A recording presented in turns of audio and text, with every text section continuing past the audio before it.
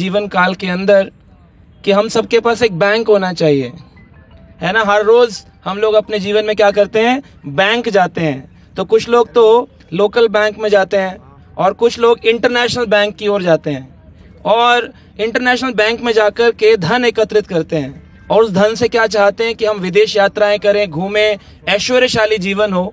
लेकिन शास्त्र बताते हैं कि अगर किसी व्यक्ति को भगवान के घर जाना है तो उसको ICICI bank, HDFC bank, Indian Overseas bank, ये सारे बैंक में नहीं जाना है। उसको कहाँ जाना है, यमुना बैंक में जाना है। यमुना के बैंक में अगर कोई आता है तो भगवान के रास्ते उसके लिए खुल जाते हैं। इसलिए आज हम यहाँ एकत्रित हुए यमुना बैंक पे। हरि बोल। तो ये यमुना मैया जो है, इनका कलर जो है वो श्याम वर्ण है। श्रीमद् भागवत में बताया गया है कि यमुना मैया जो है ये साक्षात भगवान श्री कृष्ण की अर्धांगिनी है। तो यमुना जी का एक नाम है श्यामाजू। क्या नाम है, श्यामाजू। तो इनको श्रीमद् भागवत में श्यामा सरोजनी कहकर बुलाया गया है। और एक नाम है कालिंदी। क्या नाम है, कालिंदी। तो एक बार भगवान श्री कृष्ण यहीं दिल्ली में हमारे इलाके में घूम रहे थे अर्जुन के साथ में। आप जानते पांडव यहीं रहते थे, हस्तिनापुर इंद्रप्रस्थ में। तो एक बार जब घूम रहे थे तो अर्जुन से भगवान श्री कृष्ण ने कहा कि एक तपस्विनी स्त्री बैठी हुई है, ये यहाँ पर जाओ, जरा पता करो कौन है। तो 5000 साल पुरानी बात है, यहाँ पर बैठी एक सुंदर तेजवान स्त्री जिसके शरीर से स्वर्ण तेज निकल रहा था। उनके पास आकर के अर्जुन ने पूछा, आप कौन है? कहा, मैं तपस्विनी हूँ, सूर्य की पुत्री हूँ, शनि की बहन हूँ, यमराज की बहन हूँ, मेरा नाम है कालिंदी। और बोले, आपका प्राय क्या, अभिप्राय क्या है, आप यहाँ क्यों बैठी हैं? कहा, मैं चाहती हूँ अपने जीवन में श्री कृष्ण से विवाह करना चाहती हूँ। तो भगवान श्री कृष्ण को जब ये बताया तो भगवान की 16,108 रानियों में से एक पटरानी बन गई कालिंदी। श्री श्री कृष्ण कालिंदी की। तो यहीं पर श्री कृष्ण कालिंदी मंदिर हुआ करता था, यमुना के घाट पर ही। लेकिन जैसे हम जानते हैं कि प्राय आजकल लोग ट्विटर, फेसबुक और मीडिया के होकर रह गए हैं, उनको मंदिरों से कोई ज्यादा प्रयोजन नहीं रहा। तो ऐसी अवस्था में धर्मप्रायण इस देश में हमें बहुत जरूरत है कि हम भगवान के नाम का सहारा लें, क्योंकि कलयुग में केवल भगवान का नाम ही व्यक्ति को पार लगा सकता है। जैसे यमुना से अगर चाहें बोट में बैठकर के दूसरी पार जा सकते हैं, ऐसे इस भव सागर से अगर पार होना चाहते हैं तो केवल भगवान श्री कृष्ण का नाम ही किसी व्यक्ति को भव सागर से पार करा सकता है। कलयुग केवल नाम आधारा, सुमिर सुमिर नर उतर ही पारा।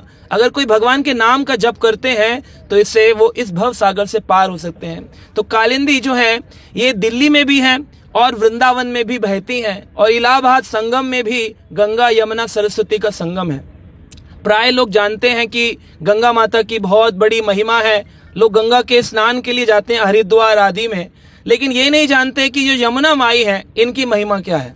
स्कंद पुराण में बताया गया है कि गंगा मैया से 1000 गुना ज्यादा फल प्रदान कर सकते हैं यमुना मैया। क्यों? एक बार यही प्रश्न हमारे आचार्य जीव गोस्वामी से अकबर के साम्राज्य में पूछा गया था कि आप क्या बताते हैं, यमुना या गंगा में से कौन श्रेष्ठ है? वैसे देखा जाए तत्व की दृष्टि से तो दोनों ही समान है। गंगा, यमुना, सरस्वती, नर्मदा, सिंधु, कावेरी, गोदावरी, ये सारी सप्त नदियां पवित्र करने वाली हैं। लेकिन फिर भी अगर श्रेष्ठता देखी जाए रस विचार से तो कौन ज्यादा श्रेष्ठ है? तो जीव गोस्वामी पाद ने कहा कि एक बात बताइए अकबर महाराज, कि आपके घर में आपकी पत्नी है और आपके घर में आपकी दासी है, इन दोनों में से अगर आपको पूछा जाए आप किसको चुनेंगे तो किसको चुनेंगे? तो वो कहते हैं ऑब्वियस सी बात है कि मैं अपनी पत्नी को, अर्धांगिनी को चुनूंगा। उनका वैसे ही भगवान श्री कृष्ण के चरणों से निकलने वाली है विष्णुपदी गंगा मैया, लेकिन वही भगवान के वाम भाग से प्रकट हुई है, उनका नाम है यमुना मैया। बोलो यमुना मैया की।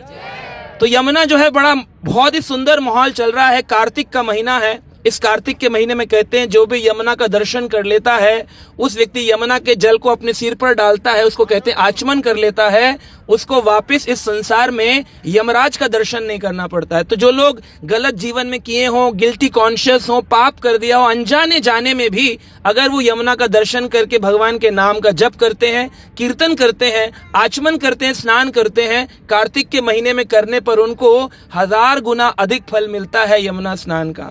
तो देखिए गंगा से 1000 गुना है यमुना मैया, यमुना मैया का कार्तिक में 1000 गुना वैसे फल मिल रहा है। यानी आज इस यमुना बैंक के किनारे जिन्होंने भी यमुना का स्पर्श किया है उनको 1,00,000 गुना गंगा स्नान से अधिक फल प्राप्त होता है। हरि बोल। तो इसलिए आज हम यहाँ सब एकत्रित हुए गंगा मैया की इस अद्भुत छवि को देखने के लिए और इसको अंडरस्टैंड करने के लिए कि हम अपनी चेतना में कैसे यमुना मैया को लेके जाएं। आज से 5000 साल पूर्व द्वापर युग में भी कौन आ गए थे?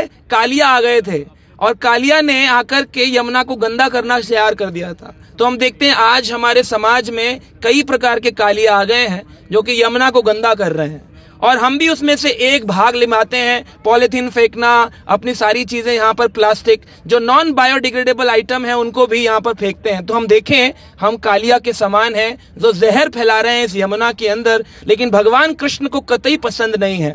अब जब भगवान ने पता चला कि यमुना के अंदर कालिया आ गया है तो भगवान ने उसके अंदर एक लीला करी कि अपनी गेंद ले जाकर फेंक दी। ऐसा नहीं था गेंद गिर गई थी तो भगवान गए, भगवान ने जान पूछ करके, क्योंकि कालिया यहाँ पर रहता था, बड़ा भयानक सर्प था, उसके 100 फन थे, ऐसा नाग इस यमुना के नीचे रहता था। तो जब भगवान कृष्ण को पता चला उन्होंने कहा इसका वध करना बहुत जरूरी है। तो वैसे ही भगवान कृष्ण जानते हैं आज भी कालिया का वध करना जरूरी है, और ऐसे काल में भगवान नहीं आ सकते तो भगवान अपने प्रतिनिधि रूप में भक्तों को भेजते कि जाइए जागरूक करिए संसार को और इस यमुना को बचाइए। तो इस प्रकार से भगवान कृष्ण आए, और भगवान कृष्ण जब कालिंदी के अंदर कूद गए तो 3 श्याम वर्ण के लोग थे। एक तो श्याम वर्ण के कालिया नाग थे, दूसरे श्याम वर्ण के भगवान श्री कृष्ण थे, और तीसरी श्याम वर्ण की श्री यमुना मैया थी। तीनों ही श्याम वर्ण के थे, लेकिन तीनों का भाव अलग है। यमुना मैया कृष्ण का स्पर्श करना चाहती हैं कि अरे मेरे स्वामी जो हैं मुझसे दूर हैं, काश मेरा आलिंगन कर लें। तो ये एक अभिप्राय है कि क्यों कूद गए भगवान कृष्ण यमुना के अंदर। दूसरा, कालिया जो है उसका मर्दन करने के लिए, उसको भगाने के लिए, मारने के लिए भगवान कृष्ण गए। तो इस तरह से 3 श्याम यहाँ पर है, एक श्यामाजू है, एक श्याम वर्ण कृष्ण है, और एक श्यामी जो कि आपका कालिया है। तो इस प्रकार से कालिया के 100 फन थे, भगवान ने उसको मार मार करके उसका जहर सारा निकाल दिया, लेकिन उसके शरीर को समाप्त नहीं किया। और भगवान ने कहा तुम यहाँ से चले जाओ, यमुना को छोड़ करके जहाँ मेरे भक्त रहते हैं उस स्थान पे तुम कालिया नहीं रह सकते हो। तो इस प्रकार से हम सब डिवोटीज जो भी भक्त यहाँ हैं, भारतीय हैं, उन सबको एक साथ होकर के इस यमुना आंदोलन में, इस यमुना की सफाई के आंदोलन में जोड़ना चाहिए। जितना जितना आप यमुना को साफ करेंगे, यमुना साफ होना हो, क्योंकि पीछे से कचरा बहुत आता है, लेकिन हमारा हृदय अवश्य साफ होगा। कम से कम इस जीवन में हम समझ पाएंगे कि हम कौन